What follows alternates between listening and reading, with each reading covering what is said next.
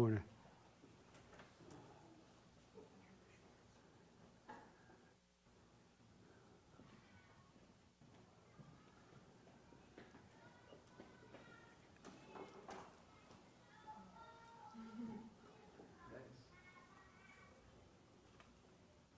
What's that? Walking by? Yeah. They're Jewish kids. Oh. I think the dad had a... Yeah. I think Jewish Christmas coming up, right? This week? Monday. This Monday? Jewish what? Tomorrow's a Christmas. Yeah. Oh, New Year's. New Year's? Yeah. They have New Year's before they have Christmas? They have a lunar calendar? They don't have Christmas, they have Hanukkah. Oh.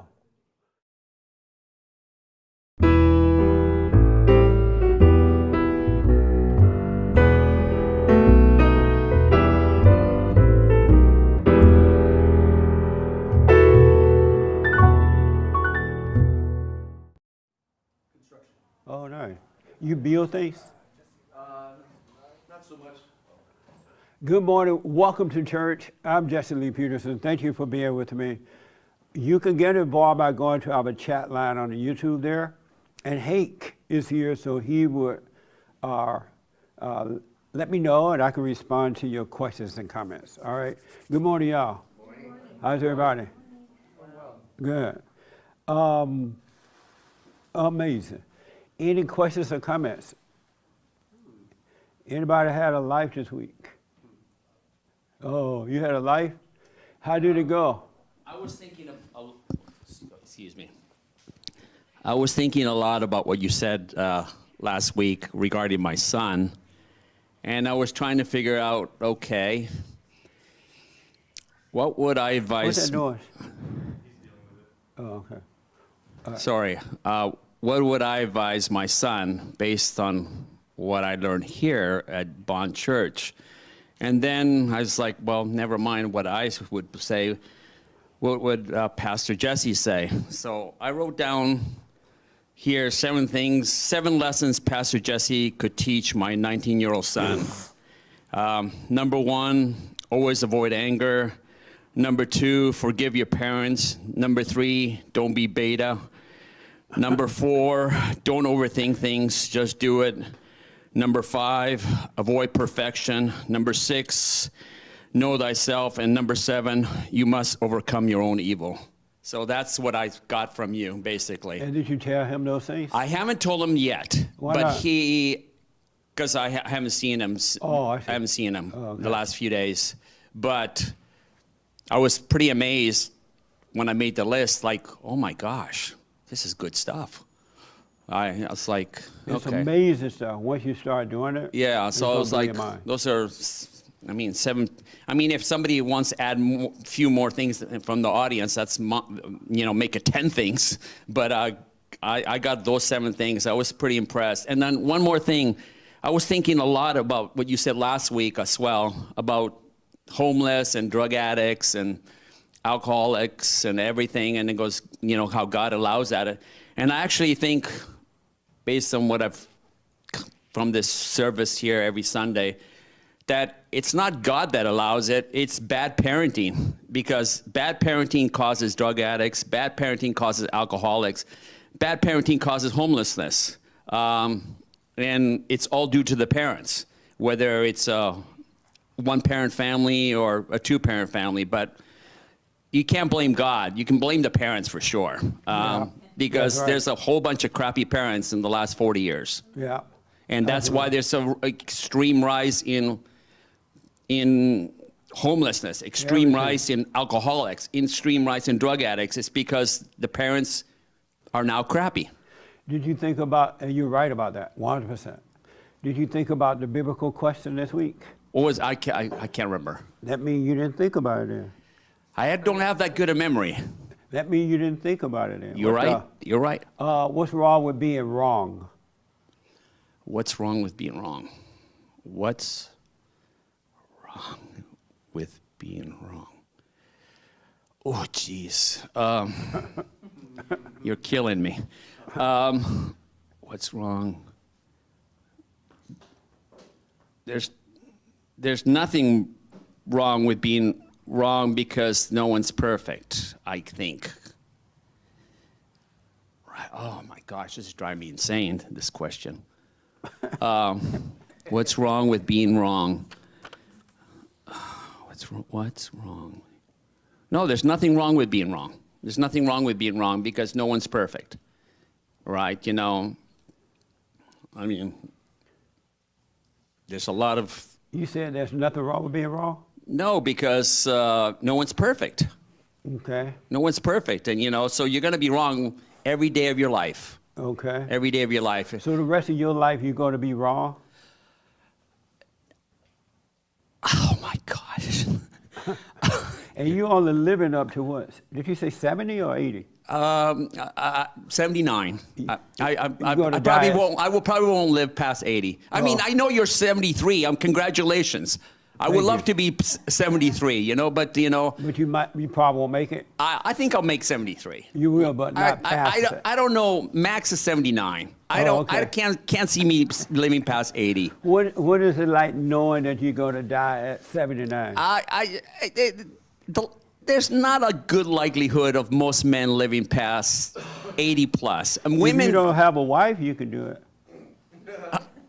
yeah.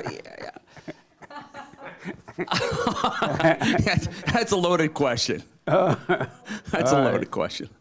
Yes, Raymond. What's wrong with being wrong? You had your hand, right? Yes, I did. Okay. When you're wrong, you run away from reality. When you're wrong, you run away from reality. Explain yourself. When a person becomes wrong, he or she shuts himself from why he is wrong, and because of that, that person refused to face the reality of himself. Okay. Amazing. This young lady want to respond. Yeah. I see you in your head thinking about it. Yeah, I What's am. wrong with being wrong? I think it's sort of the human condition to be wrong a great deal of the time. I think that being wrong. Speak up a little bit. Being wrong may not be necessarily wrong, but failing to recognize it and work on improving is where the wrong really comes in. You said being wrong, not necessarily wrong. And so, I mean, that's a really difficult one for me to answer. Oh, it yeah, I is? mean, wrong is wrong, yeah, but some degree of reality comes in. But yeah, I mean, wrong is always wrong. But it's not wrong to be wrong.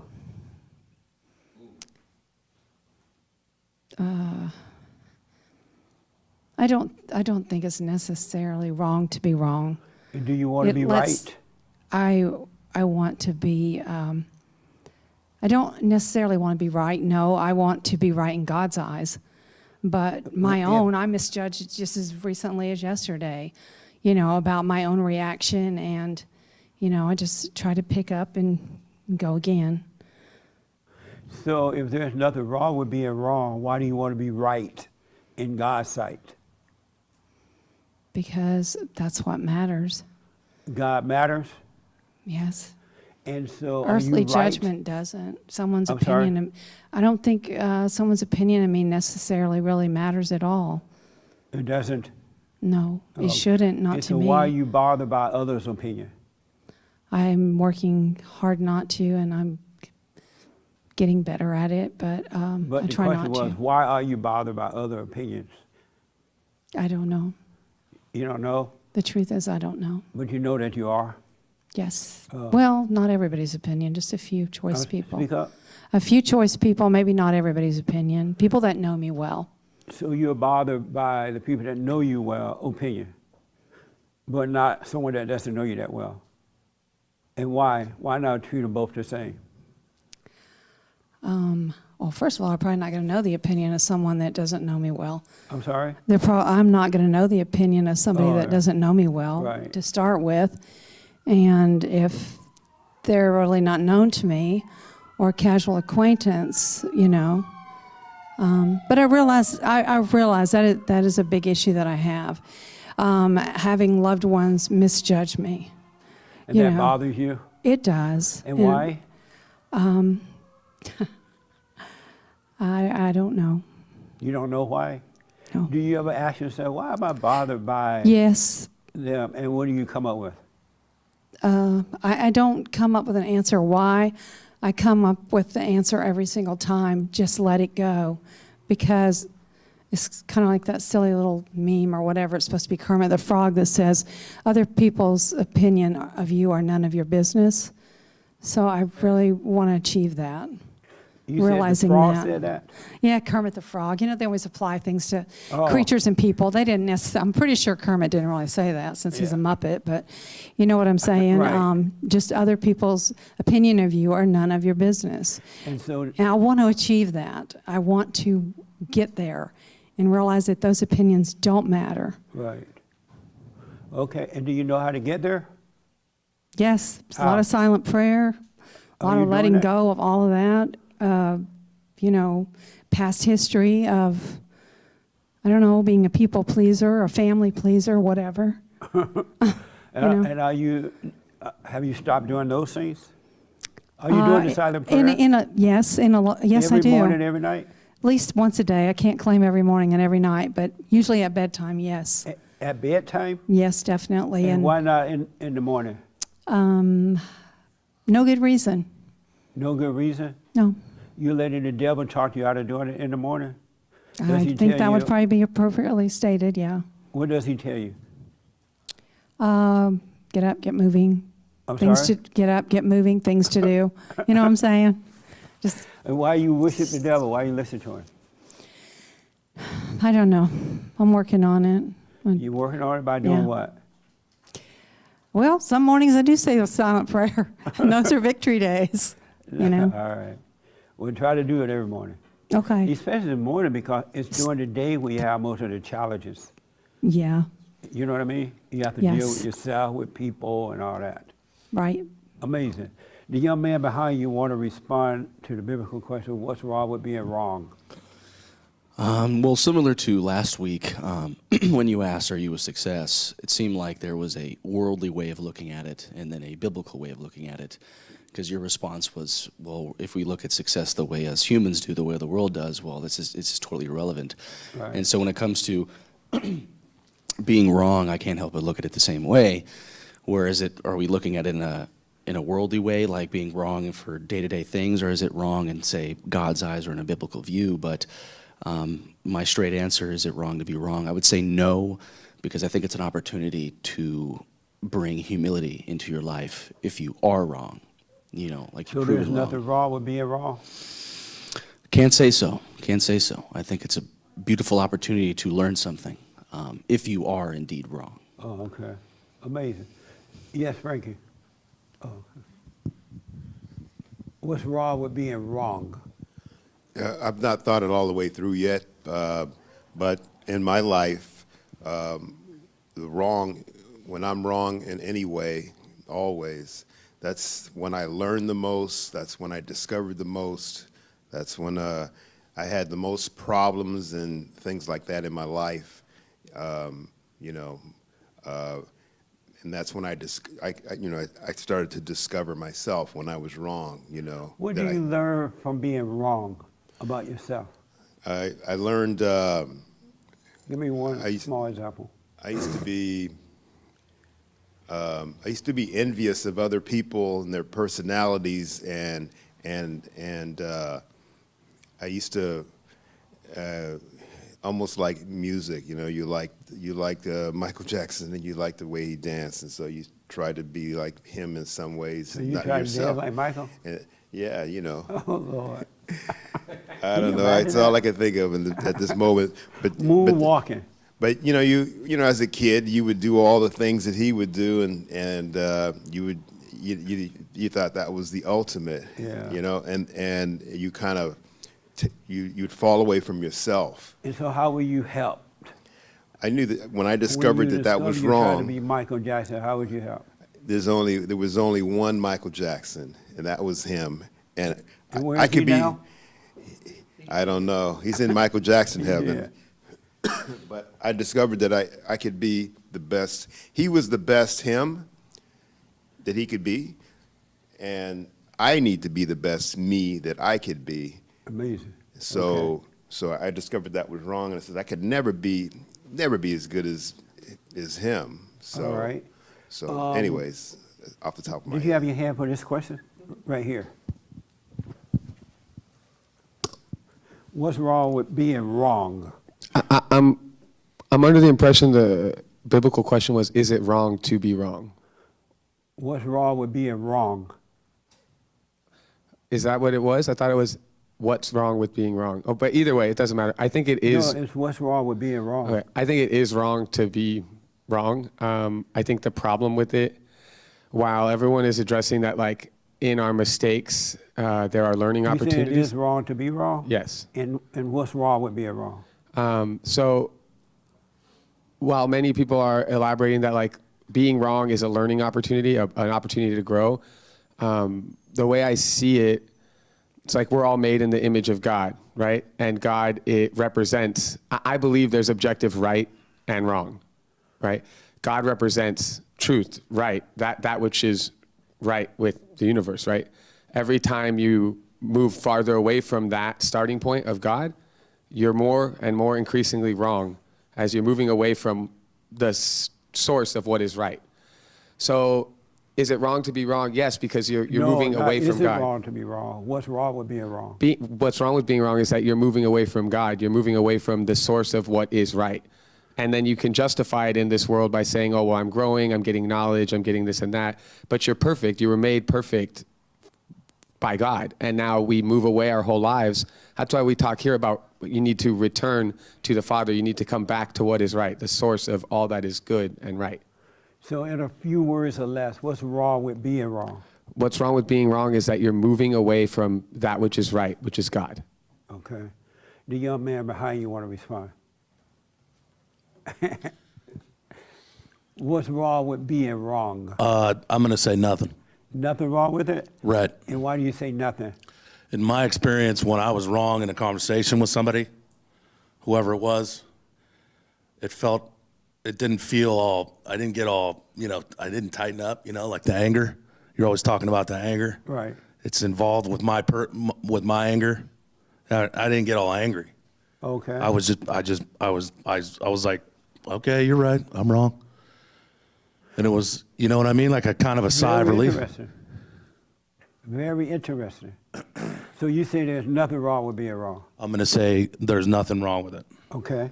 Amazing. Yes. What's wrong with being wrong? Nothing.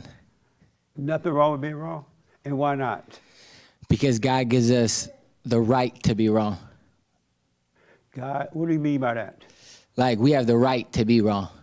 What do you mean by that? Meaning that once we're aware that without God, we're nothing but dead wrong. So we have the right to be wrong. Do you want to be right or you want to be wrong? I want to be right. But if there's nothing wrong with being wrong, why do you want to be right? The reason why there's nothing wrong with it is because without God, we are dead wrong. Why are you looking at me like that? What's he like? Because I thought that was like You want me deep. to applaud? Yeah, that was deep.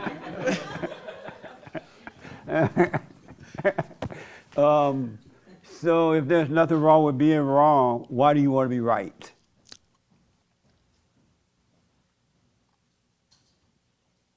And this is fellowship. It's not a guessing game. We're fellowshipping, edifying one another, all right? Yes. Because, like Troy was saying, that is our original true nature, is to be of the Spirit of God. So we know what's right, but when we're separated from it, we're just wrong, and it's nothing we could do about it. Okay. Did you think about the biblical question this week? A lot. Oh, okay. Amazing. And that's what you came up with? No, I'm playing.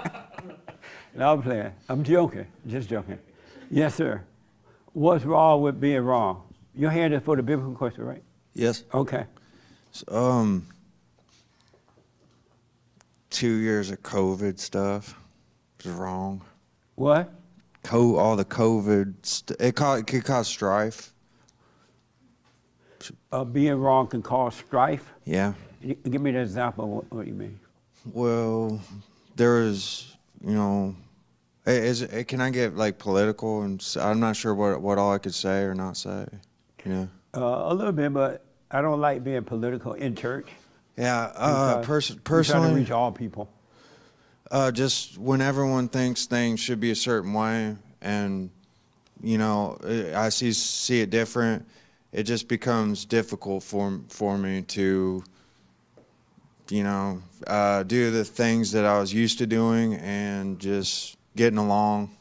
It make it difficult for you. Yeah, because they expect me to do something that I don't agree with. Who Like expect they're you talking to? about the masks and. Oh, I see. Yeah. It make it hard on you because they expect you to wear a mask. Yeah, and they're. And you don't want to. Correct. Oh, okay. And why is that hard for you? Difficult for you? Well, have I've had diagnosis, mental problems, so I think. You have mental problems? I don't know. I mean, I was diagnosed with them, so. Oh, I see. Okay. So in my mind, I feel like I'm eligible to be exempt. Because you mentally ill? Well, it is a reason to be exempt. You think they should let you not wear a mask because you're mental? Yeah, I think that's a reason. And why is that? Well, it's. If you're crazy, you're gonna be crazy with or without the mask, right? Yeah, it's just really stressful. It's it's more difficult to breathe, and I just don't trust it, and I think it's healthier to not do it, and I just want to be healthier, and so them forcing me to do it is really difficult because I don't think it's the best thing for my health. Oh, okay. I got you. Yes, ma'am. Yeah, I understand now. What's wrong with being wrong? I don't know. I thought about this way too much this week, like way too much, and Join the seat next to Hassan. I just feel like when you're in the wrong, you don't see yourself in the wrong, and when you're wrong, you think you're right. So it's not until you wake up where you're like, oh my God, now I see what I did. And I mean, I've experienced it this week. That's where I'm like, oh my gosh, what, you know, and you can't help a person that doesn't want to be helped, or you can't help a situation that doesn't want to be, you know, fixed or helped, or, you know, just be in the right. So it's really hard to answer that. I don't know. I mean, Okay. At least you thought about it. too much. Yeah. Amazing. Too much. Yes, you had your hand for that? Yes, sir. I think to add on to what she just said was you don't know you're wrong until it's revealed to you. That's my opinion, because And so what's wrong with being wrong? I think the wrong part is not knowing that you're wrong. You know, you don't see your own flaws, you don't see your own mistakes until somebody tells you, or until you have a revelation and it comes to you. Like if you think about it, you've never seen your own physical face unless it was in a mirror or in a photo. So you don't know what you look like until you have something show you. So I think what's wrong is not knowing that you're wrong. Okay. Amazing. Nice. I have this thing I want to read for you first. This is from Anna. Anna, right? Huh? Anna. You want to read it? Because I don't have my glasses. I want to read it good. Who is it from and the man's name and everything. That's the anchor baby. What's up? Did y'all listen to his show this weekend? Stop. Y'all didn't listen to the show? He didn't stream. Oh, right. I rest my case. He didn't do a show. Go ahead. I was waiting for him. Yeah. I think the world was waiting. Nobody Did you let people know you were not on? Uh-huh. Oh, okay. Not really. Not really? Mm-mm. You didn't say a word? Not really. Wow. Okay. Okay. You read it? No. Yeah, no, you can read it. He speaks like a white guy, so. Well, I thank you. Who's it from? Who it's said the it in the yellow writing first? So, I know. well, wait a minute. We got writing on the back, but it doesn't say the name. Yes, it does. Let Nick read it. He prepared for it. I'm So back. what? It cracks me up when she calls in, when she calls you. Oh, Anna. Anna from, yeah. Yeah, she's always, it's Anna, I'm from Missouri, but it's like, wait, what? You're not from Missouri? Go ahead. Okay, so this is from Anna from Missouri. Says, to achieve world government, it is A necessary little to louder. to achieve world government, it is necessary Who's to it from first? Who said that? Anna No, from at the Missouri. bottom Oh, there. you want me to read the back part first? No, the yellow part Yeah. on the front. So you're asking who this quote is from. Yeah, This quote is from right. psychiatrist Dr. George Brock Chisholm, from 1896 to 1971. He was the first Director General of the World Health Organization, President of the World Federation of Mental Health from 1957 to 58, and Humanist of the Year 1959. The opinions and philosophy of this lifelong Marxist had a profound effect on early learning in the West.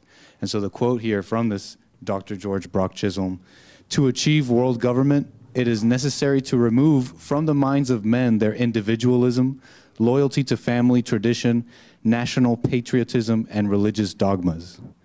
And it looks like she wrote something on the back. Oh, I don't want to read that part. I just want to read the front of it. It's fascinating. It's Yeah. about this. It's about the front part. I didn't even see anything. It's on not the back. personal. Okay, go ahead. She writes, all these factors were successfully taken away from the people in Germany since the socialists took over in 1918. Today, the norm in Germany is divorce, if marriage at all, gayness, shame for their own nationality, and fake Christianity. And as she says, we had a Martin Luther, too, who made it his mission to bring sexuality into the church. Only my individualism I never lost. Yeah. Thank you, Anna.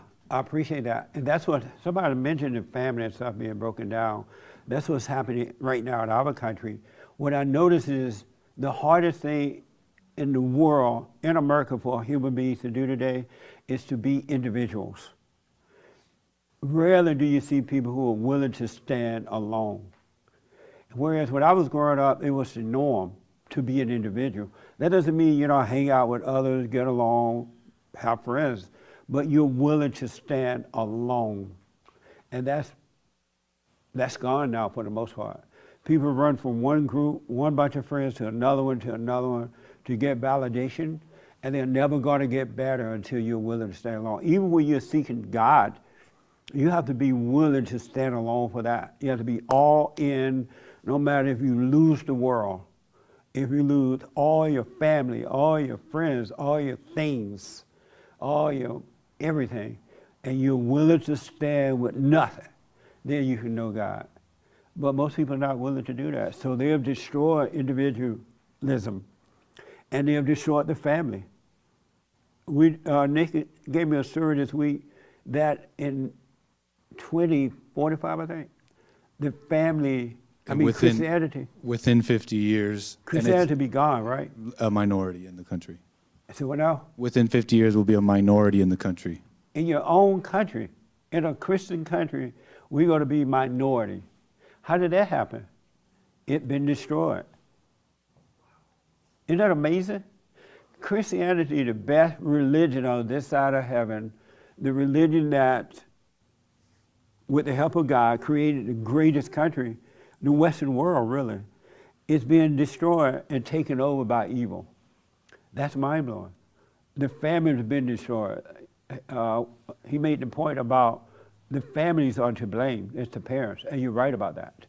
You're absolutely, because if the parents are right, then the kids will grow up right.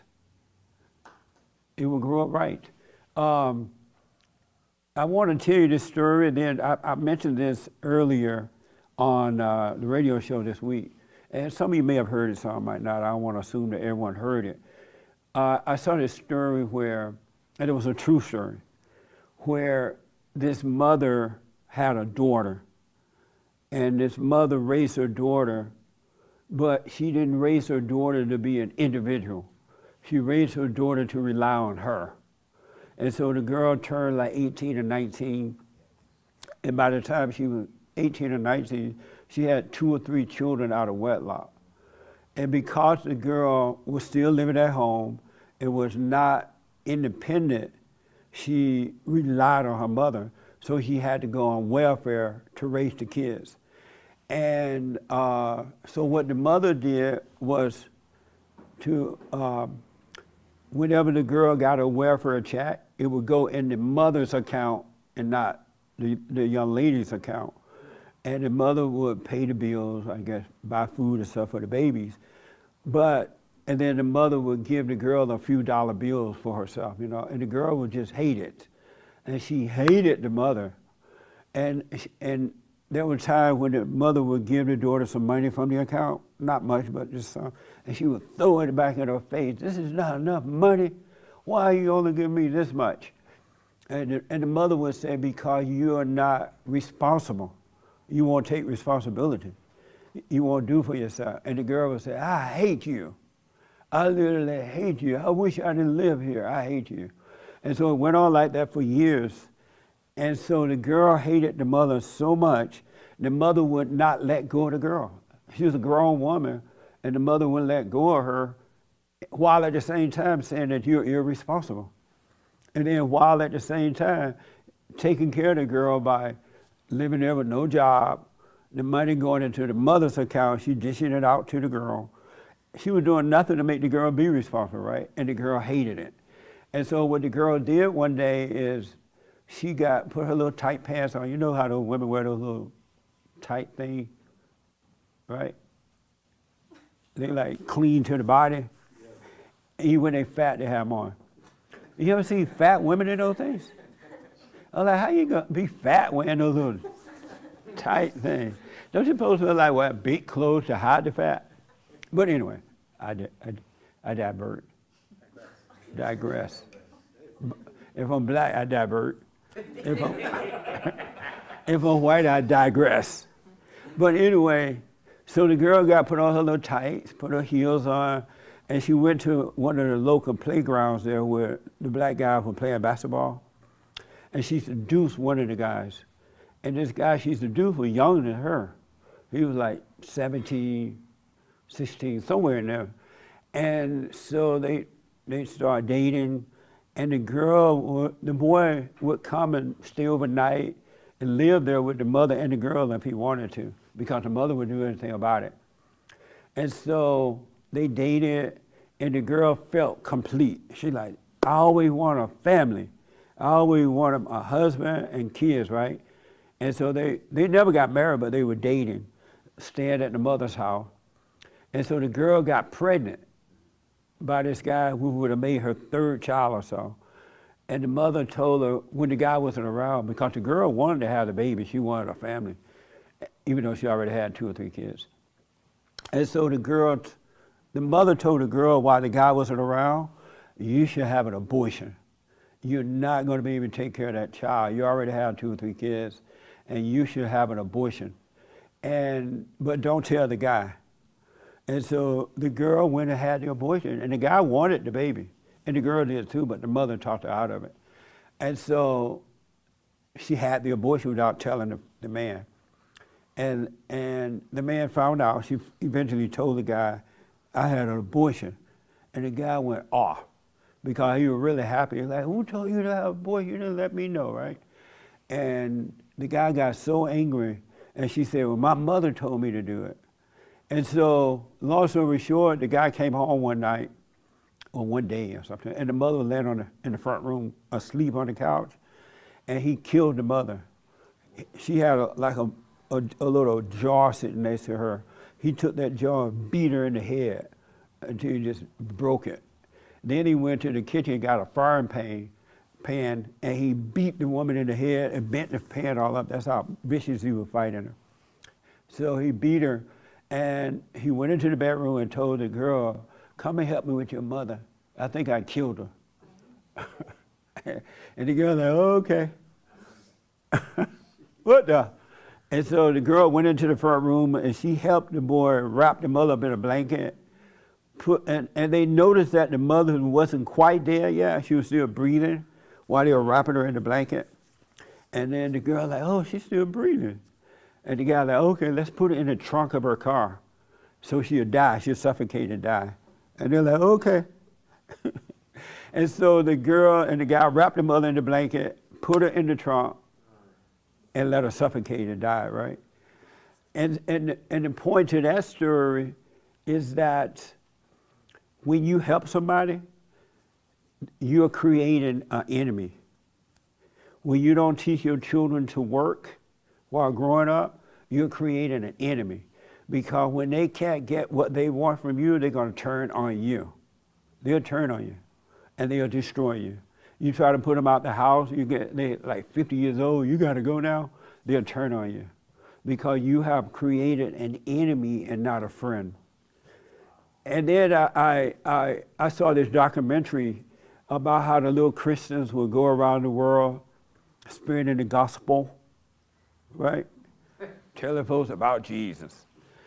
But what they would do, they would take food with them too, and they would feed the homeless. And they would go to these African countries, and they would take the Bibles, and they would take rice and beans and free food, free clothes, and everything like that. And so it got to the point where the merchants, the businessmen that had businesses over there, got angry at the Christians for bringing them all this free stuff because it was putting the merchants out of business. The people got to a point where they didn't want to go to work, and they didn't want to buy food from the stores because they were getting it free. So they turned on each other. Isn't that amazing, sir? You can't be helping people. They would turn on you. And then there was another, like in LA now and around the country, this country, the Christians and the people go around helping the homeless. They feed them, they clothe them, they get, free shelter now. And the Christians are all happy that they went out and did their Christian duties today. They fed the homeless. And they've been doing this for the last, since I came out here in 1968, and they were doing it then. And the situations have only gotten worse. And to the point that the homeless people are turning on the Christians. You'll feed them and they'll rob you. You'll feed them and they'll rape you. The homeless situation gotten worse, right? But the ego feel good. The Christians' ego feel good about helping the homeless, because that's what Jesus would do. And so the homeless are turning on you, just like your kids turn on you, just like the people in Africa turn on each other. You can't be helping people like this. And now they're talking about giving the homeless free apartments and things like that. They're like building buildings so that homeless people can live free in a nice apartment. Those people are going to destroy those places. They're not going to appreciate those places. It's going to only make them worse. And then the last example I used, it all just came to me with this one story that I saw with the mother and daughter. Everything just kind of registered. And the other thing I read, what was I about to say? Last example too. Oh yeah, is that white people have not told blacks the truth over these years, nearly 70 years. They have not said to the black people, I'm not your problem. Your problem is not a spiritual problem. Your problem is a family problem. And it's not physical, it's spiritual, and it's a family issue. It has nothing to do with the outside. It has everything to do with you. But instead of saying that to the blacks, being afraid to say it or whatever, feeling guilty, the blacks have turned on the whites now. They're literally turned on the whites. And the whites have given the blacks everything they wanted. And not all blacks, but most. They're giving them everything, affirmative action, free education, free everything. And now the blacks have turned on the whites. And whites are their primary enemy now. They're killing them, they're raping them, they're robbing them, they're following them home and stealing their cars. They're taking their jobs and things, everything away from them. They have turned on them because whites didn't stand up and do the right thing. You can't help people. There are ways that you can't help people. They only get worse. There are men at home living with their mothers. They're like 60, 70 years old. Isn't that amazing? Because that nature, and my point that I was making, that human nature is evil. Human nature is evil.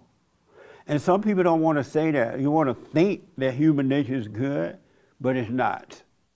When you examine it, when you get to know yourself, you're going to be surprised how evil you are. And everything you do is phony and fake. It has an agenda. Everything you do in that ego nature has a hidden agenda. Whether you admit it or not, it has an agenda. A nice person has never done anything good. And good deeds don't change a bad nature. It doesn't change it. You can do good deeds, but you have the wrong intention because your nature is wrong. And God has forgiven us for our sins, for the things that we do, have done. We were redeemed from that years ago. When Christ came, we were redeemed from that, from the things we do. But it's the nature that has to change. Human nature is deceitful. Every human being that has not overcome that nature has a hidden agenda. Everyone, not one that don't have it. Just think about it. When you do nice things for people, you're smiling, and you give bread or money or whatever, you go help the sick. But you want to be praised for it. You want to be recognized for it. You don't just do it and expect nothing in return. You have a hidden agenda because your nature is evil. We have to overcome the evil nature, and Christ made it so that we can overcome that nature. But until you get to know yourself, you will never overcome. You got to pay attention to you in order to overcome that evil nature. And it runs deeper than you imagine. It really does. Because you have so identified with it, you don't know the depths of how wicked you are.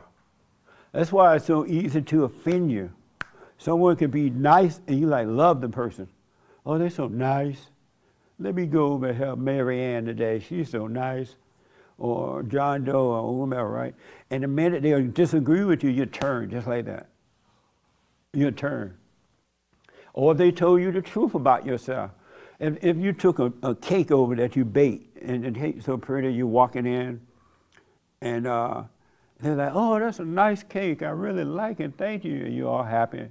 And then they say something to you like, no, you're an evil person. This is all for your ego. You'll want to beat them up with the cake. You won't say, thank you, you're right about that. I'm getting an ego feeling from this. You're trying to make them to doubt what they see about you. Isn't that amazing? Yeah. Overcoming is more than just forgiving your parents. It's the beginning. Because you see that you're wrong for being angry, you forgive, and now the heart changes from hate to love, because there are two consciousness. There's a higher consciousness, there's a lower one. The higher consciousness is God, His nature, His ways, His love, right? And so what love starts to do for you, if you stay on that straight and narrow path, it would allow you to see the fallen nature, the lower consciousness, and that you live in that lower consciousness. Everything you do, everything you think, everything you feel come with a thought. And then the feeling, and then you act it out. But if you understood that lower consciousness is thoughts, you will stop listening to the thoughts. There are never, ever, ever, ever, ever, but ever, never, never a reason to listen to thoughts. Because when you do, you're listening to the devil, you're worshiping him. That's why you should be read the Bible to remember the word. It makes you think that God was the word. He was the truth in the Christ, but you don't understand that because you listen to thought, what you've been taught and what you've been told. If you can get to a point in life, and you can if you're all in, where you have literally no response to the world. Zero response to the world and zero response to thought. The inner world and the outer world, then you could be free. When you get afraid because you're worried about, somebody said something about your person, what people think about your reputation, all that. When you can let that happen and feel the fear of that happening, then you wouldn't care anymore, because you would see that reputation doesn't even exist. The idea that you have a reputation is an illusion. You don't have a reputation. It's in your mind that you do, so you protect it, not knowing you're protecting evil. You're protecting an illusion. Because once you rise above that, and then this thing starts to die, the love, the light of God kills the ego.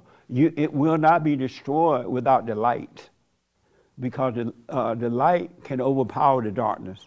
We can't do it on our own, but you don't let the light happen because you're still living in ego, and you're afraid, you have fear, you worry, you're looking for love, you're looking for approval, you're trying to present yourself in a way where people think you're nice, and all kinds. But if you cut that out and just let that stuff go, you'll overcome it, because the light of God will overcome it. But you need love to do that with.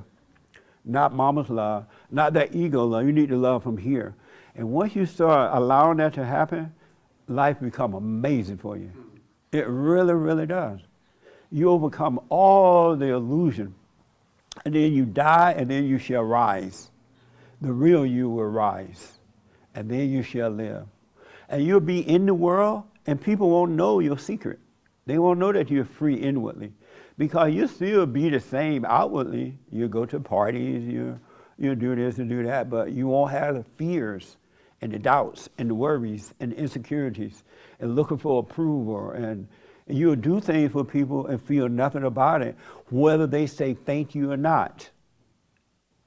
You know how mothers teach the children to say thank you. If the kids don't want to say thank you, they don't have to say thank you. You say thank you if you want to, right? And if that person get mad at the kid, your little child didn't say thank you, then you say, well, why'd you give it to him? Take it back if you need a validation from it, because that's all it is.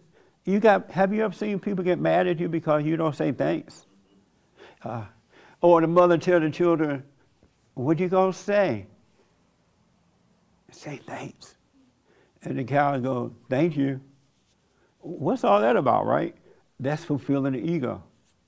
That making the mother or the father look better than what they are, because if the kid don't say thanks, the parent's gonna think that you think that they're bad parents. And so they smack the kid to make the kid say thanks. What a mess, huh? So human nature is evil, and so what's wrong with being wrong is not being able to see for yourself that, yes, I did a wrong thing, but it wasn't me. It wasn't me. Don't take the credit for it, because you're possessed mentally and in the body, in the pain. The pain you feel is not yours, and the thoughts you get are not yours. It's the devil, it's not you. And so when you put your eyes on yourself, you're gonna see you're gonna literally see that it's not you. And you'll stop calling it I or me, or I did this or I did that. And you would know, as someone said, you would know, well, yeah, I did do that, but it wasn't me. You don't have to admit it to the world, but at least inwardly, you know, yeah, I shouldn't have spanked my child. I was wrong. And just seeing that within yourself, he's gonna show you that it's not you. The real you don't have fear and doubt. You're up here, and you identify with the not you. You're possessed. It's not you. And no one ever told you that it's not you. And that's why it's so hard to overcome, because it feels like you're overcoming you.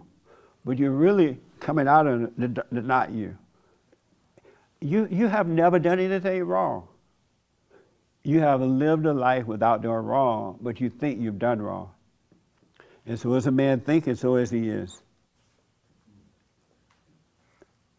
That makes sense? When I say you have not done anything wrong, what do you think about that statement itself? Well, as soon as you said that, first thing came to mind was Adam in the garden and the temptation from the devil. And it's interesting when you say thoughts, because I'm thinking, well, Adam, God blessed Adam with naming the animals. So I'm like, were those thoughts? I mean, what was he thinking? I mean, but regarding, I've never done anything wrong, if Satan was never there to tempt man, what would have happened? So I think this is like the first time I maybe heard what you just said, the way you just said. That's why I asked you, yeah. Mm-hmm. So do you believe you have done anything wrong? Well, it makes me challenge the notion whether or not I, as a human being before and after I was saved, had any agency. So, I mean, the reason why, if I had to agree with it, it makes me think of how, when you're young, and I think you've brought this up on your show before, like they're not arresting 8-year-olds. 8-year-olds just want to play and hang out and have a good time. They're not thinking about stealing. They're not thinking about fornicating. They're just enjoying life. Well, now they are. Oh, interesting. In the good old days, they did not, but they're so messed up now. They're robbing and stealing cars and doing those things at 8 years old. But I know what you mean, the point you're making. Right, and so what happens as we start getting to middle school and high school, and brings me back to what you were saying about parents, and we're seeing what we see on TV, and it's all this corruption. And where does this corruption come from? The evil one. And so I'm kind of like, hey, maybe I haven't done anything wrong, but definitely something I would need more time to think about. Well, let's do some quick thinking. So you believe you have done wrong? In the sense that, well, I mean, there's this, it's like I want to respond, but I'm also kind of like, hey, there's a YouTube channel. Other people are going to hear this. So it's like, tone that out, right? But the reason why I hesitate is in moments where I've asked God for forgiveness, for whatever the sin was, there were a lot of circumstances where I knew exactly the consequences of my actions. I don't know if this is, am I giving myself more credit than I'm used to? Am I not? I'm not so sure, but, I have made a conscious decision in the past to do wrong things. And so when you ask me, hey, have you done anything wrong? You made a decision that, you know what, this is wrong to do, but I'm gonna go do it. Sure. I mean, in the regards to, hey, maybe it started as a thought. Maybe I saw somebody do it. So if it started as a thought, why do you think you did it? Well, because it's almost as if, to respond to an earlier retort, I remember Jesus says... You said the early retard? No, early retort. Oh. Yes. Man, that's going to be a great soundbite. As I remember Jesus... He pointed over there, so I was trying to figure out who was retarded over there. No. But in the book of John, I'm currently reading that Jesus says to the disciples that if I never came, you would not be guilty of sin. But since I have came and I have shown you the light and I have shown you the Father because you've seen me, you are now convicted of sin. Like there's no more excuses now. And I'm like, well, okay. I mean, like I said, I go back to the garden. I mean, did Adam and Eve just kind of go, oh, hey, all right, sounds good? Or were they, hey, I know God said don't eat from that tree, but I'm going to do it anyway. So I don't know. So if it started with a thought, why do you think it was you? To repeat the early thing I said was, it's almost as if, okay, you know what? Here's the temptation. I'm thinking about it, right? And the thought's there. What's the temptation? But I'm accepting the consequence. Well, in regards to defying a direct order from God. What? Defying a direct order from God. So let's say you tiptoeing through the tulips. All is well, right? And then you decide, you know what, I don't want to do wrong. I'm too happy here. And I'm going to do wrong. And that starts with a thought, right? Yes. And, and do you think you create the thought that tell you to do wrong? No. And do you think you would tempt it with the thought? I want to say yes, but I feel like there's an exception out there, but I can't think of that. I'm sorry? I think there might be an exception to that, but I'll say yes. You were tempted with the thought, right? Yes. And who did the thought come from? Has to be the evil one. Right. And so why do you take credit for it then if it was started by the evil one? He tempted you and you didn't resist the temptation. Well, by going then, along with it, why do you take credit for it that it was you? well, I can't help but understand that if God wanted to make autonomous people who always obeyed him, that we wouldn't have free will and free agency. And so when I think about free will, it's almost as if, okay, it's starting as a thought. Well, what do I do with it now? Right? And so in order for me to move forward to or to turn that thought into action, I have to accept the ramification as to what I'm doing. And that's why I'm kind of saying I don't know if it's 100%, oh, it's not my fault, I didn't do it, I was tempted, and then I felt, I followed it. But it's like, how many times has that happened? And we're like, I'm going to do it anyway. Amazing. I understand what you're saying. Right. You said that, and then this young lady won't respond to that. But let me ask, you say God doesn't want us to have autonomy? Well, in regards to... What is autonomy?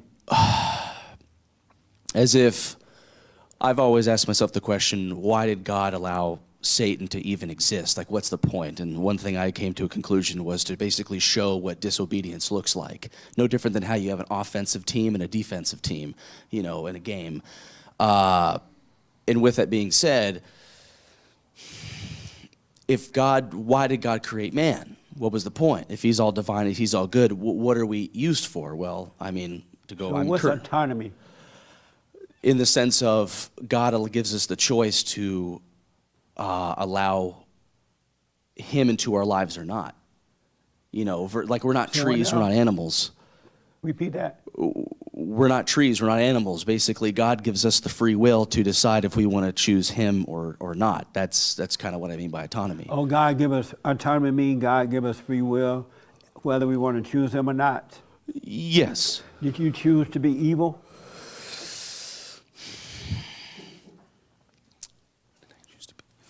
I don't know if I would. I don't know. Fellowship. We were just fellowshipping.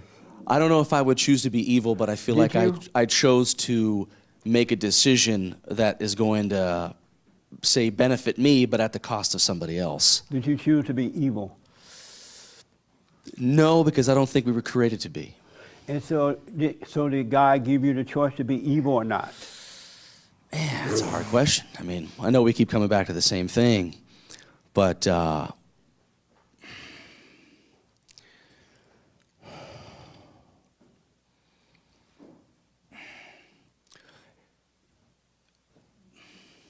basically, I don't know. I guess I'm just going to keep repeating myself. I'm just trying to word it in a different way, at least to make it make sense. Is that were we created to be evil? No. Are we? So where's the free will then if you didn't have the freedom not to be evil?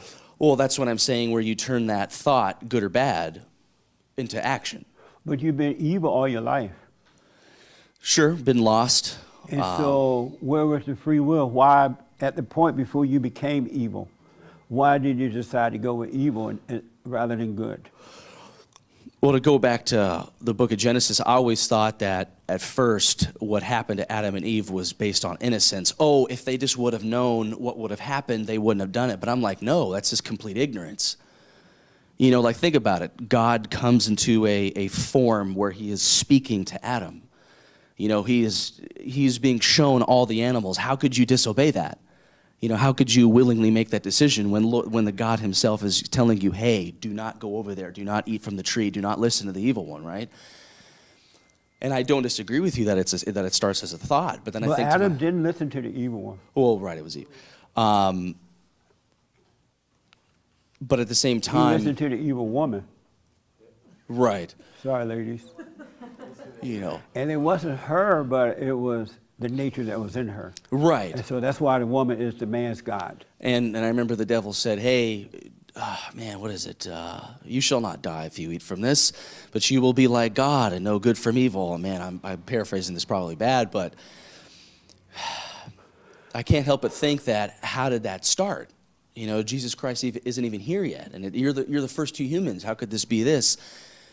So let me just ask, and then I want to move on to Sure, other sure. hands. When you say God doesn't want us to be autonomy, what does autonomy mean? Well, in Give the me sense a of simple black meaning. a simple black meaning.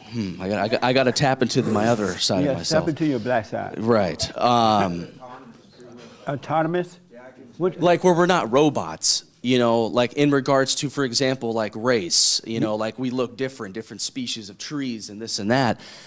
I just can't help but think to ourselves that we're not animals. Like we're man. Yeah, free will. You know, What? we're made in God's image. oh.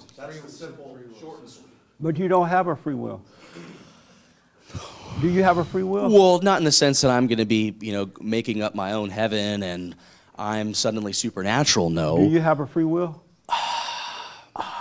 I mean, I don't necessarily want to say yes because, you know, I'm saved and I want to have God's will in me and I feel the Holy Spirit and I have a relationship with Christ.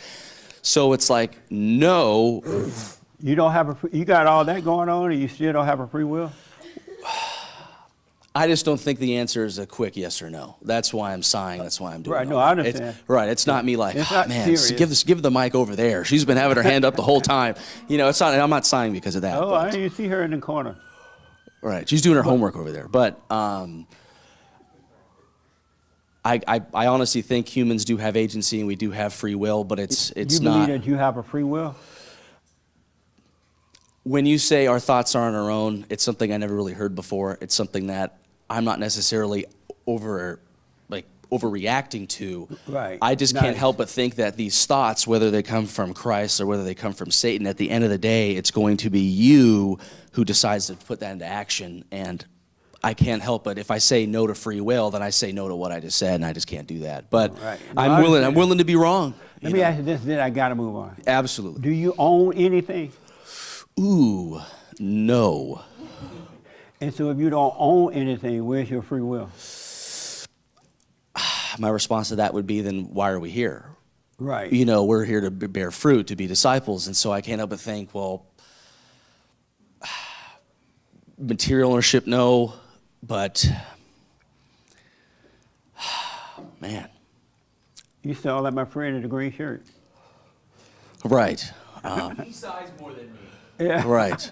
We got to get this man a manager. A manager. That's actually a YouTube comment. But I totally understand, man. I just want you to start thinking so you Absolutely. really examine. Right. But we don't have a free will. I would just think about that. If you have a free will, you would have never done anything wrong in the last 100 years. You would have done all good things for yourself. My rebuttal to that would be, remember when you were just talking about saying thank you, for Right. example, with the young children? If we as parents, you know, always say, hey, say thank you. They just gave you something. Hey, say thank you. Are we doing it because we want to say thank you, or are we doing it so we don't get hit? Are we doing it just so mom shuts up, so dad shuts up? Kids are doing it for those reasons. Well, right, And you know. mothers are doing it because they want to look good to the giver. Sure. And I have to think to myself, well, okay, if the point is to get the child to say it without asking, you know, without demanding that they just say it because you want them to say it, Right. is that not a choice? I don't know. It's what's not a choice. Well, you're saying we don't have free will, Well, right? you're forcing the kid to be like you want them to be. And they're the kids, so they're gonna, out of fear, they're gonna do it. Well, then I'll bring up another example when you say the silent prayer. You know, just today you're just like, hey, why aren't you doing the silent prayer? And I'm thinking to myself, well, is that not a choice right there to do it morning and night? I just don't know. I mean, because I don't disagree with you that, hey, it's thoughts to, Right. you know, not persuade you to do otherwise, but But it's not a thought. The devil's talking her out of it. The devil let her get up every morning and hoop and holler and pray. He would let her get up early every morning and every night.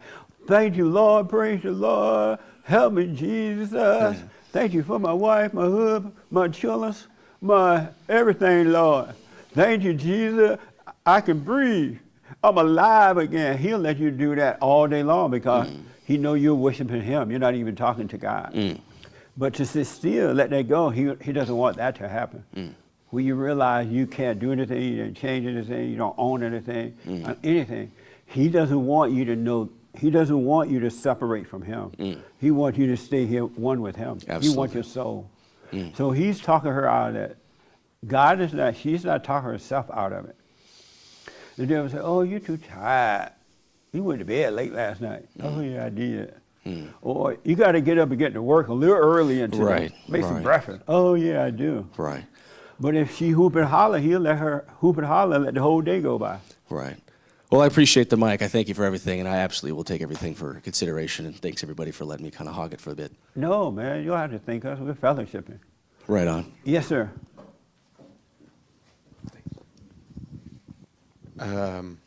Hold that thought for 1 minute. Did you get anything from that discussion? You think we have autonomy? You can hold on to the mic. I'm coming right back to you. And I want feedback. So I want you to know that you know that you know that you know, not just because someone said it. Well, I'll tell you what I got out of it. I'm going to Speak up a really little be bit. working. I'm going to be Speak working from on the that chest. silent. I'm going to be, I have sort of, Is it from the chest or the belly? I don't know, but I have What kind does of hate say? Say it with your chest. I have sort of a breathing issue, so it's not real easy for me to, You have a brain issue, you say? breathe. But we don't have a brain issue. Breathing. Oh, breathing. Yeah, Oh, okay. breathing. I got yeah. you. Okay. What I take from just listening to all of it is I am going to be saying that silent prayer. I'm going to give that time to God first thing Yeah. every morning and set my pace right. Yeah, good. Yeah. So that's really what I took from it. Right on. That's the beginning. That's perfect. Okay. Absolutely. Keep it simple. Right. Yes, sir. A lot of things were said, both for what you were, teaching a moment ago, than what he said. I guess what I've been going through, doing the silent prayer consistently, and the more I do it, the more I realize that I have no choice to do anything. I can't control anything. And when I become still, I feel like becoming still is also being present, because my opinion is our human nature that you just described is the exact same thing. If you take the word human out and say devil, it's the same thing. Yeah. The devil's nature wants to be in control. It is the devil's nature, in all honesty. The human nature is the devil's nature. That's why the nature needs to change from the devil's nature to God's nature. It's not us, but we identify with it because no one ever told, our parents didn't tell us, or no one said, don't be angry, it's not you. They let us be angry, or they let this happen, and we identify with it, thinking that we're living, but we're really dying. But it's not us, we're possessed with spirits. It's totally not us.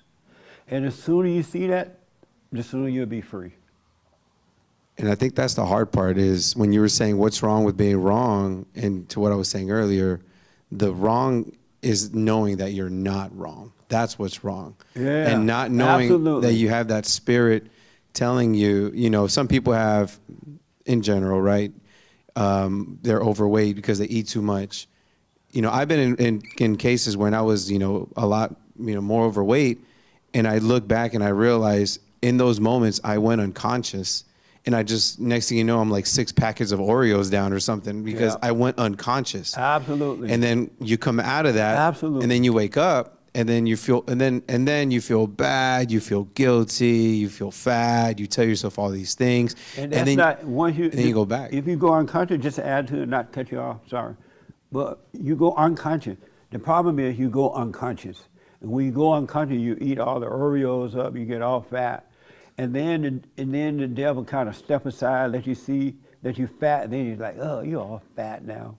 Oh, Yeah. stop eating. He's really Everybody like- looking at you. Now you're judging that. He got you judging yourself about that. And you want to jump off a bridge or eat more Oreo or go hide somewhere. And that's what, my wife and I, we were saying, like, everyone has a weakness inside that we just don't know what it is. And the devil uses that to catch you. And he won't give it to you all in one shot. Yeah. He'll give you a little hint. Just take one bite, or just take a sip, or just one little dose. It's not going to be bad. And then it just keeps growing and growing and growing. And if we were able to, and we are, you'll grow to it. If you were able to resist that first temptation, if you can see that the devil telling you to eat that and resist it, or if you gotta do it, be conscious of taking that first bite, right? Don't go unconscious with it. And it's the awareness that will change it. You won't develop the wrong relationship with it because you're conscious of what you're doing. Or you'll overcome it if you're already into it. You will overcome it because the light will change the nature. We're in a bad nature in that fallen state, and that's what needs to change. But so you got to be aware. You're absolutely right. The awareness will cause you to resist the temptation. Absolutely, man. The awareness is so important. The higher level of consciousness. Absolutely, absolutely. But we gotta, and then the more you do it, just to add to it some more, the more you do it, the more you can stay conscious. The less you do it, because they tell you, you don't have to get up and be still. You gotta get to work. You gotta make some breakfast. He doesn't want you, he wants you to be unconscious. Because he knows if you sit still, you're being separated from his darkness. And then you are able to see and resist temptation without an effort, because the light will do it for you. Your nature is of the light, which is of God. It's about the nature. Yes, Raymond.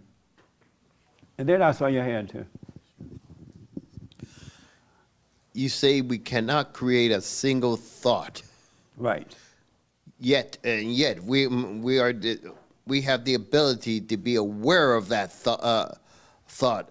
And because of that, in that moment, we able to choose to be a part of it or distance ourselves from it. If you're intellectually aware of the thought, you're going to give into it.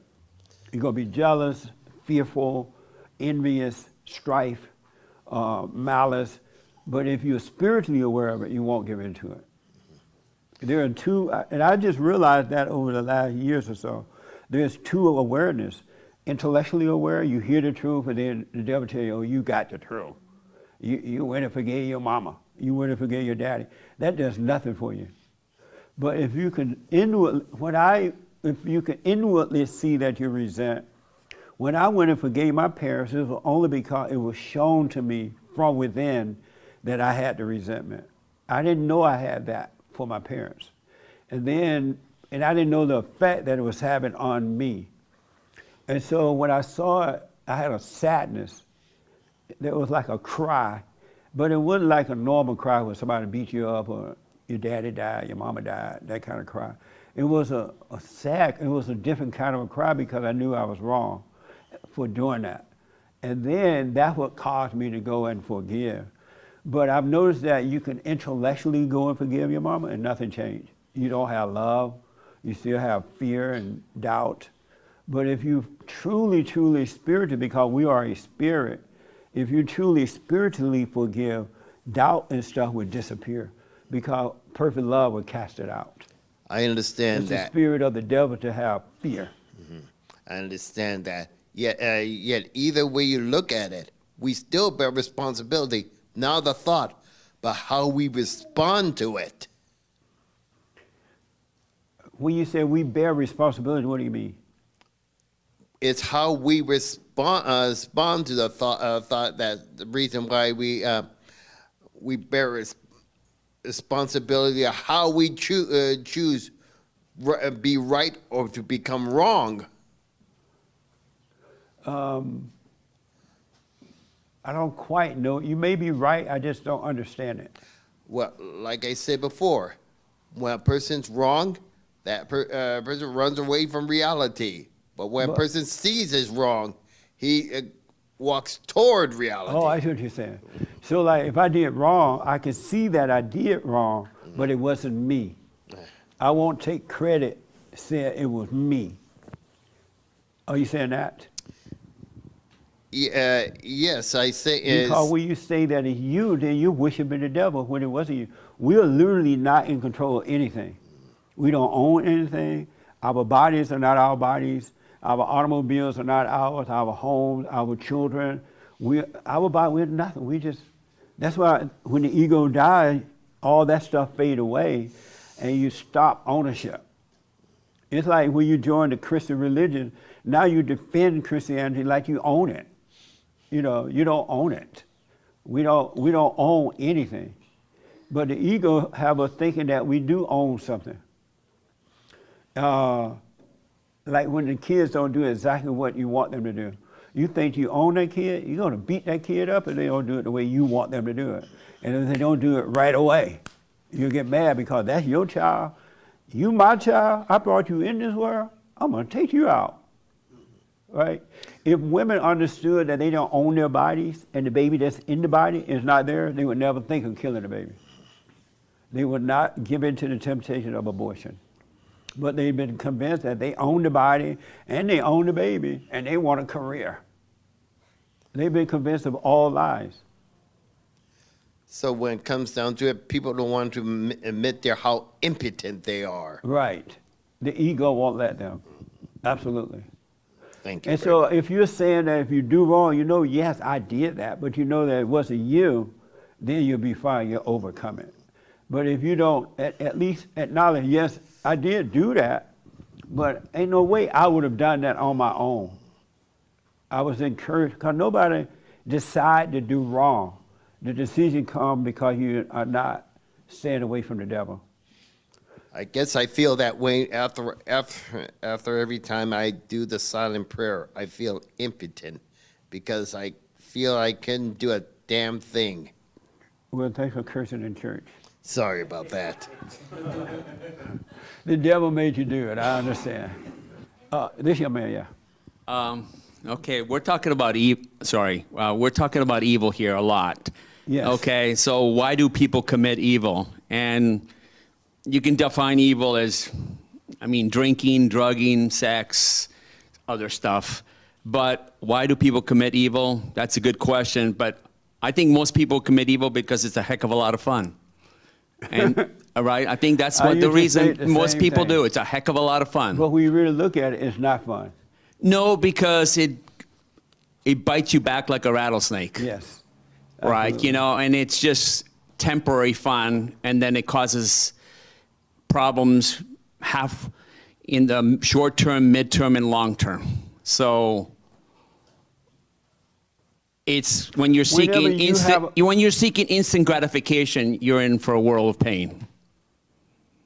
So what now? When you're seeking instant gratification, you're in for a world of pain. 100% right. Absolutely. Absolutely. So when you have a problem, which do you look at, the problem or the solution? Well, as a man, you always look for the solution. Logically, rationally, reasonably. Every man does that. And women don't do it? I don't know, but men get to the meat right away. So they don't look at the potatoes. They go, okay, let's the problem. Let's go for the steak. Let's solve the problem. Let's not loiter on the problem. Let's not overthink about it. Whatever. Does that work for you? Many times it does, and sometimes it doesn't, because sometimes it leads to impulsiveness, stupidity. Yeah. A chronic need for action and not being still, right? When you can be addicted to action and then you're always fidgeting, and then like, okay, I'm fidgeting. That means there's something wrong with me, right? Amazing. So what do you look for when you have a problem? Do you look at the problem or the solution? I used to look at the solution, but now I realize there isn't even a problem. So which do you look for, the solution or the problem? To be like not so ethereal, solution. What? Solution. You look for solutions? Yeah. Oh, okay. And did you have your hair? I did have one quick question. Yes. So it's kind of a two-part thing, but based off of what Raymond was saying, what this young man was saying. Raymond, why are you shaking? What? Are you having a fit?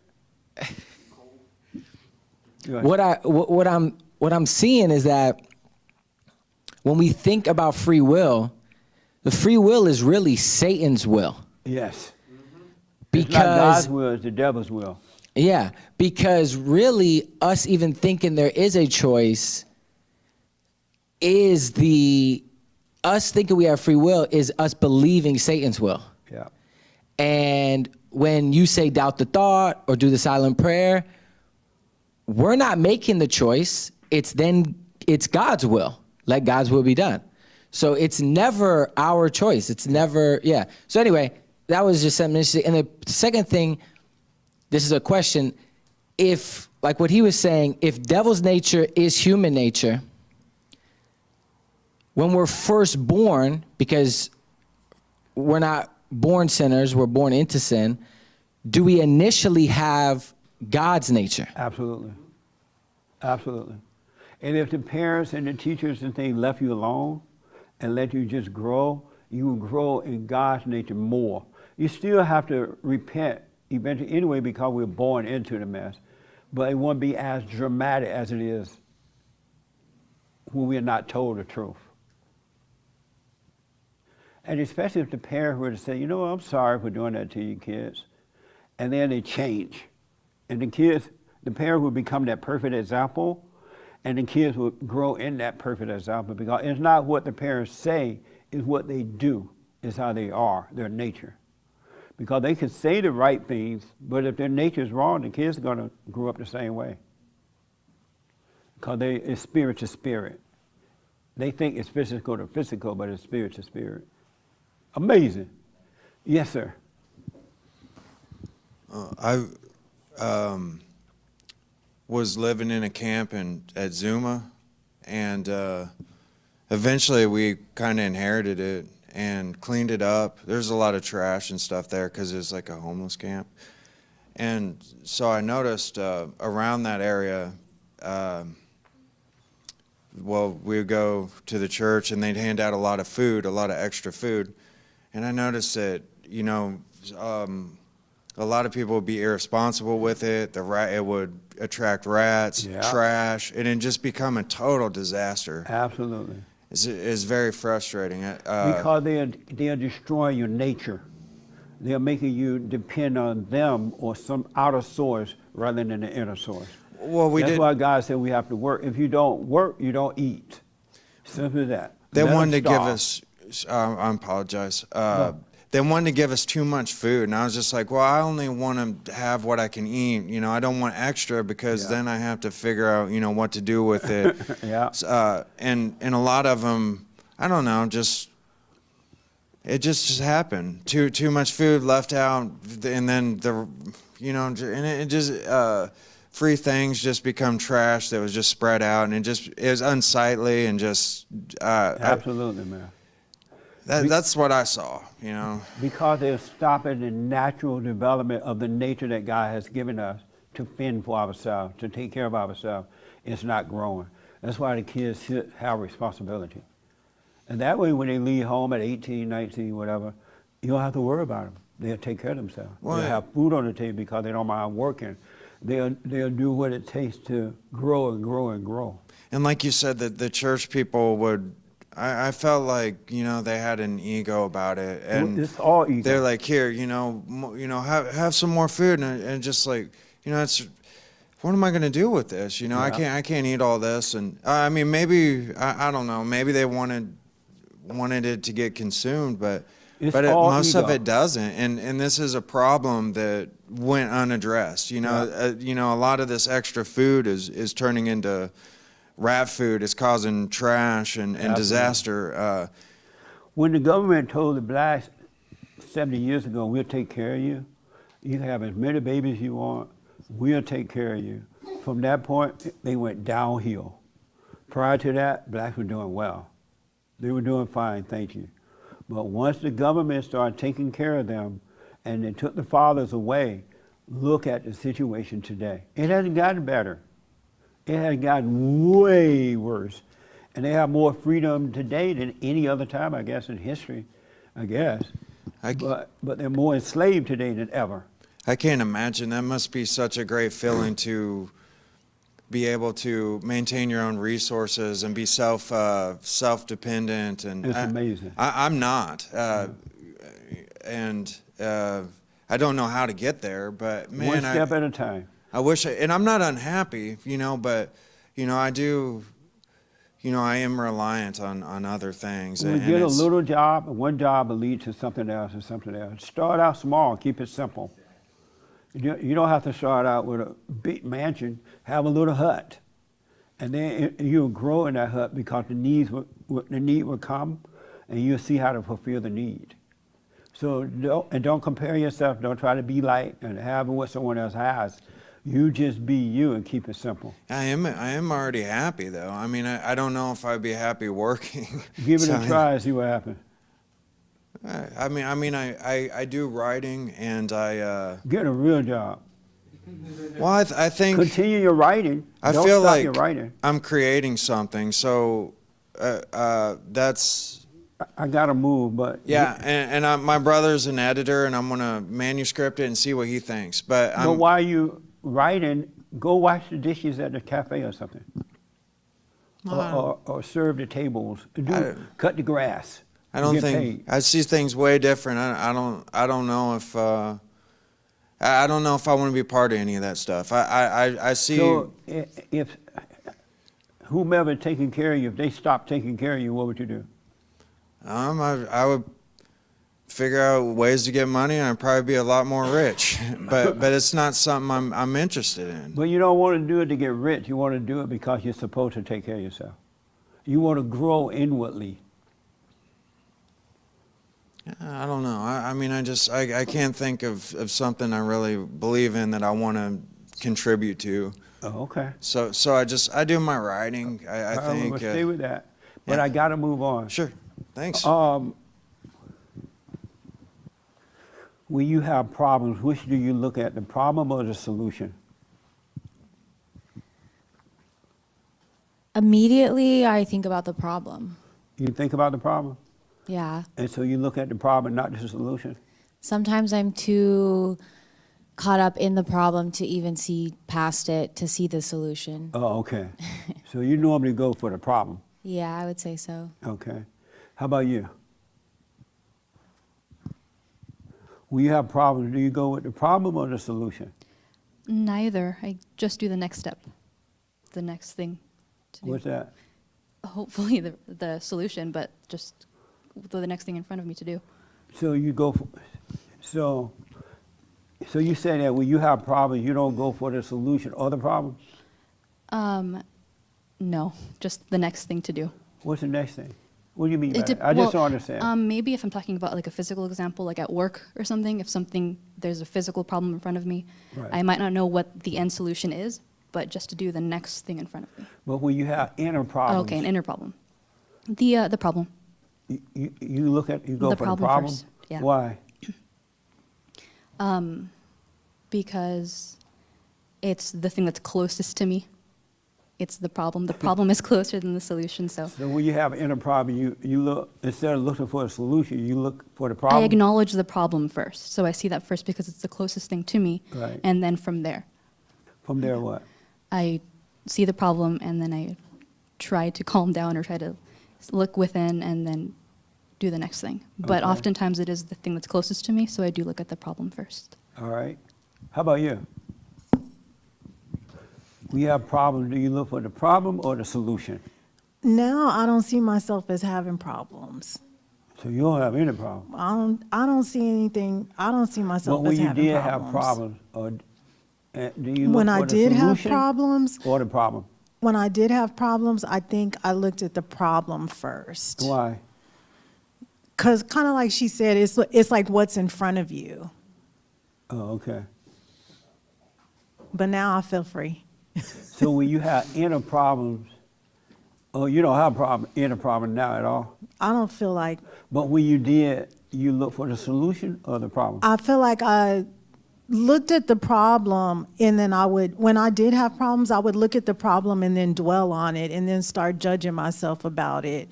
And it'd take a while to finally get to the point where I'm like, oh, okay, well, what can be the solution? Oh, okay. Yeah. Then you look for the solution? Yeah. Oh, okay. Did you have your hand real fast because we're out of time? It's amazing this time is up just like that. Rather than go back, I mean, I'll just answer the question you just asked. I mean, When you have problems, do you go with the problem or look for a solution? I feel like my answer is similar to Rochelle's, but to not just be like, I have no problems. I would say historically, I went for the solution and immediately, as fast as So possible, any because of solution. time, when you have a problem now, do you go for the problem or the solution? I don't really have problems now, but when I did, Oh, you don't have any problems either? nowadays when I have problems, I do nothing. Wait a minute. So do you have inner problems? Nowadays, if I experience inner problems, I just do nothing and I Do wait. you experience inner problems? Not really. I need a drink. Take a drink. Yeah, I don't really experience problems So, because when like, they come my way, I you just say you don't. like Rochelle, right? Rochelle says she has no problem. Yeah. Did you say you have no problem? No. So you never have inner conflict? Not really, not now. No. Not really? No. Do you ever have inner conflict? No. But not really sound like you might. Not really is my casual answer as I say no. Yeah, no, I don't. You don't ever have inner conflict? I can't hear you. No. Oh, okay. Amazing. So let me just say this because we're out of time. I want y'all to give this a try. Give it, oh, I forgot you were way over there. I'll get to you when I close out here. I want you to give it a try for a day, a week, or a day. The next time you have, Frankie, I was going to ask you, give me a quick yes or no. I mean, what you do. When you have problems, do you do it for the solution or the problem? Today, the solution. And why the solution?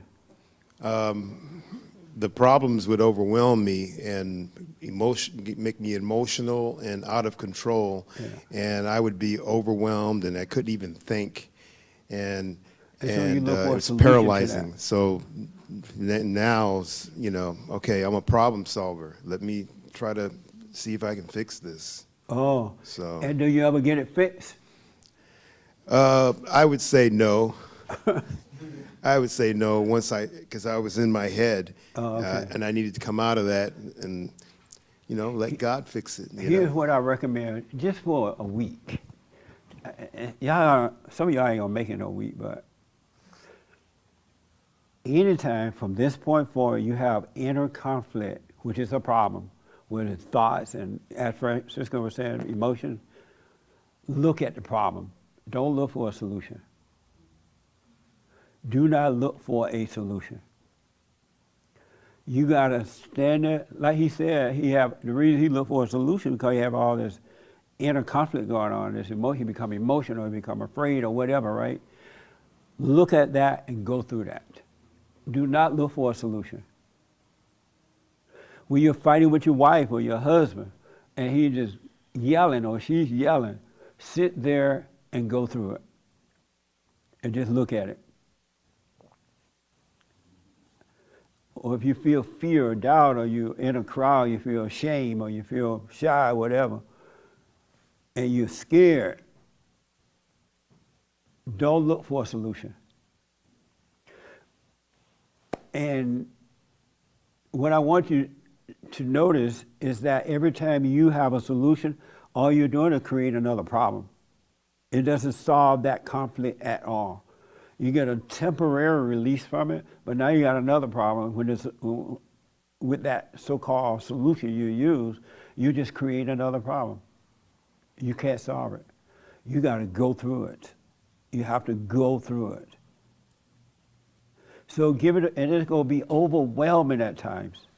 As Francisco was saying, he looked for a solution because it's overwhelming. It's emotional. It's in the mind. It's driving him crazy. Give it a good try. Don't look for a solution. And if he's going to quote the Bible to you, he's going to tell you to do this and do that. Don't do it. And see what happens. What y'all think about that? It's easier said than done. But if you want to be free, you got to do it. The devil got us, and we've been trained to always look for solutions. We should not look for a solution. Now, if you're at work and the table broke, you need to figure out how to a logical solution about to fix your table, but I'm talking about inner fears and doubts and strife and jealousy and envy and judgment and all that, all right? Give it a good try. All right, so we're out of time. My biblical question for next week, brand new. What does it mean to sit in judgment of yourself? What does it mean to sit in judgment of yourself? All right, that's the brand new biblical question. What does that mean real fast, to sit in judgment of yourself? To acknowledge that I cause my own problems, or not me, is causing the problems. Okay. Very interesting. That's my brand new biblical question. Get on that straight and narrow. As you heard, Nick read that information. You want to become an individual. You came into this world alone. You got to be able to live in this world as an individual. All right? And if you want to be free, you have no other choice. You got to become an individual. Now, intellectually, don't try to make yourself be an individual, because I can see people now going, oh, I'm not going to go and hang out with nobody. I'm not going to do this. I'm not going to do that. Be an individual. Stay on that straight and narrow. Be still and know God. All right? Thank you all for tuning in. We have the best counseling service if you need it. Marriage, individual, family counseling. Check out the books and all that good stuff. And we'll be back on the radio show tomorrow. Thank you for your time at the office and your support, all right? Amazing. Thank you, guys. Nice.